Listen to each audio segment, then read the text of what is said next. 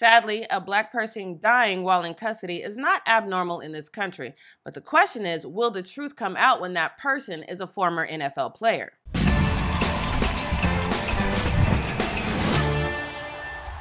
What's up, everybody, and thanks for checking in with us once again here at The Fumble. I'm your host, Jackie Ray. Make sure you hit that subscribe button, that notification bell, give this video a thumbs up, and then you can follow me on all things social media at Jackie Ray TV.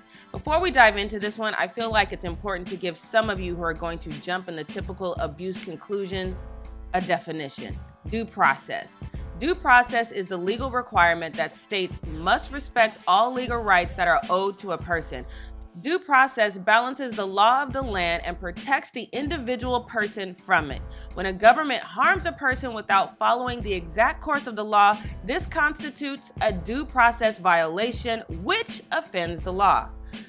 Please keep that in mind before you let your Aunt Karen fingers do the talking in the comments. Okay, let's get to it. Because no one should die in police custody without there being a full, detailed explanation as to why, and that explanation should be released immediately.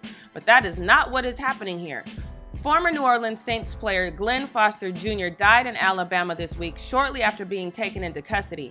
But an official at the Pickens County, Alabama medical examiner and coroner's office said he couldn't comment on Foster's cause of death or the location where he passed away.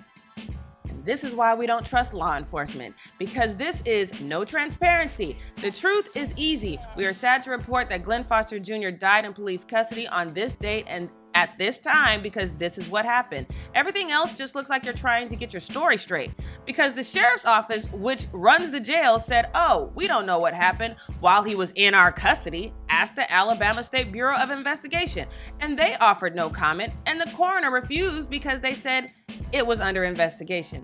Is investigation a new term for cover-up? Who Dat Nation, we remember Foster Jr., right? He was an undrafted rookie out of Illinois in 2013. His rookie season, he led the team in quarterback sacks with 4 and quarterback hits with 5, while adding a forced fumble to earn a spot on our team during the regular season. He earned the spot on the roster and put up 3 sacks in 12 games. Unfortunately, he was injured in 2014, and he was cut from the team in 2015. He wasn't picked up by another team, so he stayed in Louisiana and worked as a contractor, a developer, and a real estate agent.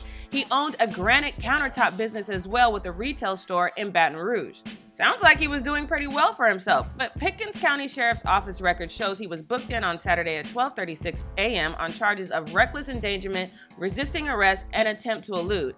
That record shows a release time of 3:14 p.m. on Sunday, but then 2 minutes later at 3:16 p.m. on Sunday, he is booked on charges of simple assault and robbery in the 3rd degree. After that, everyone plays dumb, and so now people are talking. This user says he was murdered by 3 Pickens County sheriffs as he was being released from custody. And this user responded with, "Source, dude seemed very dedicated to his business and had a lot of things going, so I find this very suspect." As do I. And Saints offensive tackle Terran Armstead also commented saying, "I really can't find the words to properly express. Rest in peace, Glenn Foster, you will be missed." Kinda hard to rest in peace when the truth has yet to be spoken, but our thoughts and well wishes are with the Foster family, and I hope they get the truth very soon. Until next time, I'm Jackie Ray. Thanks for watching The Fumble.